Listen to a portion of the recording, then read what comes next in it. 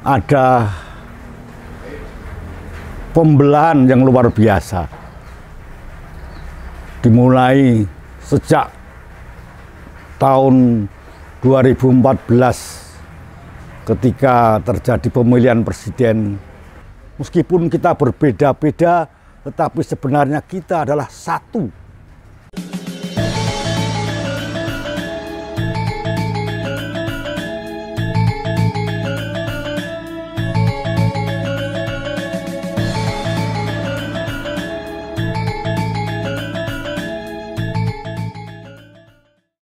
Saudara-saudara warga masyarakat Surakarta yang terkasih, kita bertemu kembali.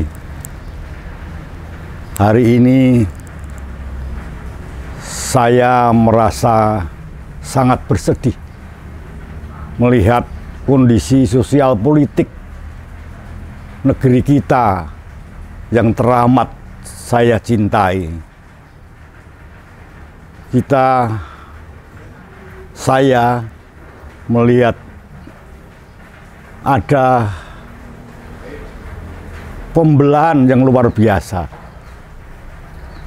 Dimulai sejak tahun 2014 ketika terjadi pemilihan presiden, ada semacam pengkotak-kotaan karena politisi-politisi kita mulai menggunakan politik identitas untuk mencapai kemenangan, untuk meraih apa yang dia impikan. Lalu dia menggunakan identitas agama, identitas ras, dan seterusnya. Sehingga muncullah istilah cebong, istilah kampret, lalu kadrun, dan lain sebagainya. Kita bukan lagi bangsa yang satu, bangsa Indonesia yang perkasa. Meskipun kita berbeda-beda, tetapi sebenarnya kita adalah satu.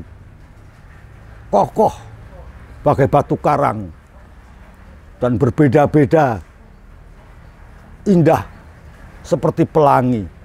Kita sekarang tidak. Kita saling mengintip, kita saling memfitnah, sering-sering kita menghina pihak lain yang berbeda dengan kita. Saya mengerti bahwa masing-masing punya kebenaran sendiri-sendiri.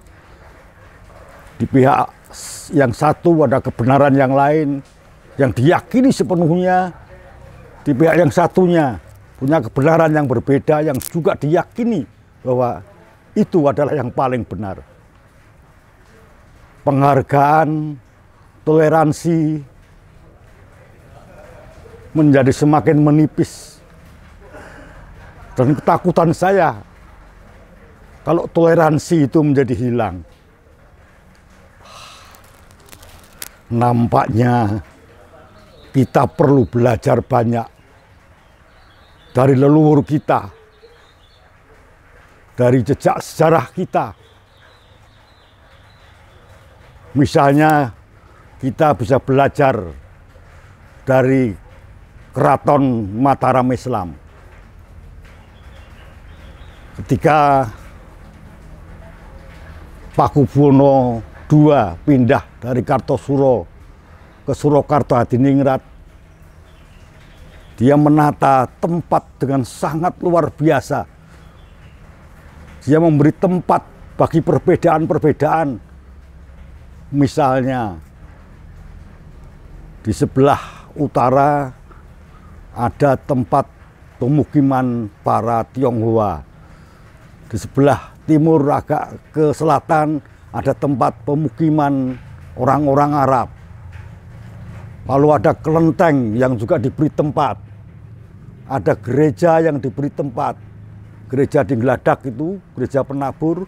Lalu ada gereja Santo Antonius diberi tempat. Toleransi sungguh-sungguh terjaga ketika itu. Saling menghormati, saling menghargai. Meskipun kita berbeda-beda.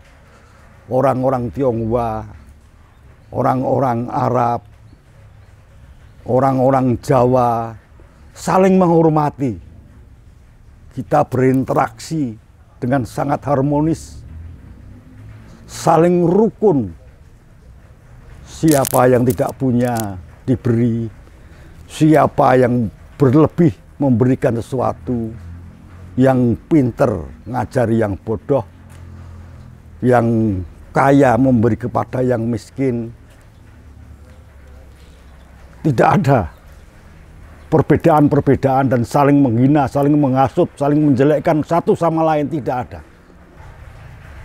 Jadi kehidupan yang tentram dan damai sungguh-sungguh bisa kita nikmati. Kita tidak saling berkejaran untuk mencari derajat pangkat bondodonya, tidak. Tapi kita mencari keluhuran dan kemuliaan. Dan keluhuran kemuliaan itu bisa dicapai kalau kita memang bersatu menjadi satu meskipun kita berbeda-beda. Sekali lagi saya serukan kepada seluruh rakyat Indonesia, bersatulah menjadi satu meskipun kita berbeda-beda. Sebab meskipun kita berbeda-beda, kalau kita mampu menjadi satu, maka itulah sebuah keindahan yang akan kita rasakan, sebuah kekuatan yang akan kita miliki. Sekali lagi, saudara-saudaraku, kita bisa belajar dari Keraton Mataram Islam. Selamat sore, sampai ketemu di episode berikutnya.